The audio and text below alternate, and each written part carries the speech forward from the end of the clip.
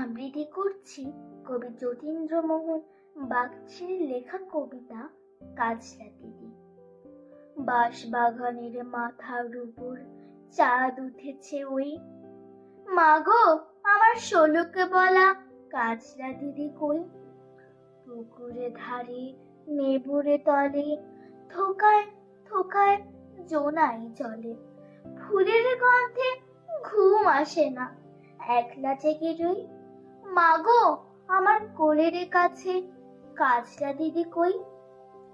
সেদিন হতে দিদিকে আর কেন এই বানা ডাকো? দিদির কথায় আঁচল দিয়ে মুক্তি কেন থাকো? খাবার খেতে আমি যখন দিদি দিদি বলে ডাকি, তখন ও ঘর থেকে কেন মার দিদি আসে না গো? আমি ডাকি তুমি কেন চুপটি করে থাকো? বলো মা, দিদি কোথায় গেছে, আসবে আবার কবে?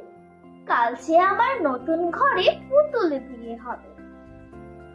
আর দিদির মতন ফাঁকি দিয়ে আমিও যদি লুকোই গিয়ে, তুমি তখন একলা ঘরে কেমন করে রবে?